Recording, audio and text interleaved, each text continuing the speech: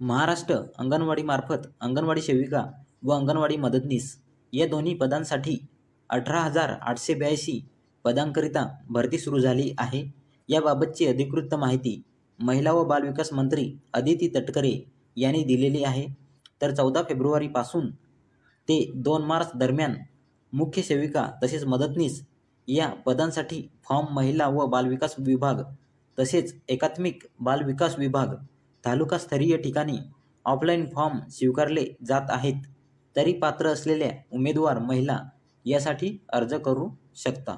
भरती प्रकल्प एकात्मिक बालविकास सेवा एकूण रिक्त पदे अंगणवाडी सेविका 5,639 रिक्त पदे अंगणवाडी मदतनीस 13,243 अर्जाची अंतिम तारीख 31 मार्च 2025 भरतीचे ठिकाण संपूर्ण महाराष्ट्र त्या जिल्हा तालुका राज्यातील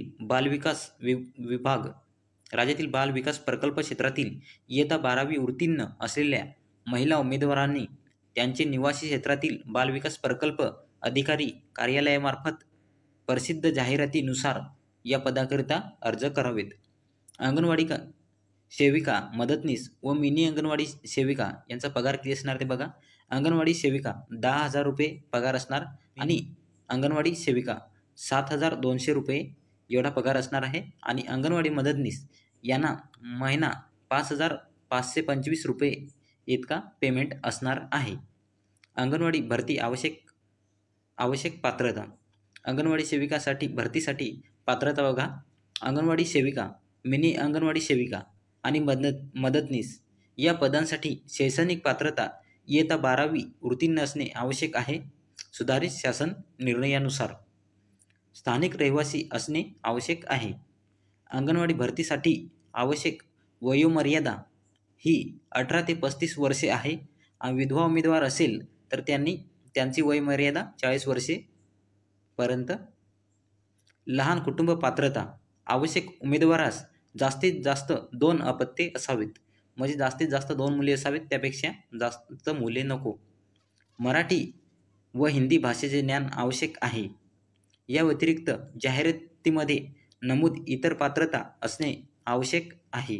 अंगणवाडी सेविका मदतनीस भरती आवश्यक कागदपत्रे शैक्षणिक पात्रता संबंधित 10वी 12वी पदवीधर व इतर सर्व कागदपत्रे जन्मदाखला, आधार कार्ड, रेशन कार्ड, लहान कुटुंबांचे प्रमाणपत्र, जातीचे प्रमाणपत्र, रहिवासी दाखला, उत्पन्नाचा दाखला, अनुभव प्रमाणपत्र, स्थानिक रहिवासी असलेल्या बाबतचा दाखला, जाहिरातीमध्ये नमूद संबंधित कागदपत्रे। अंगणवाडी मदतनीस भरतीसाठी अर्ज कुठे करावा ते बघा।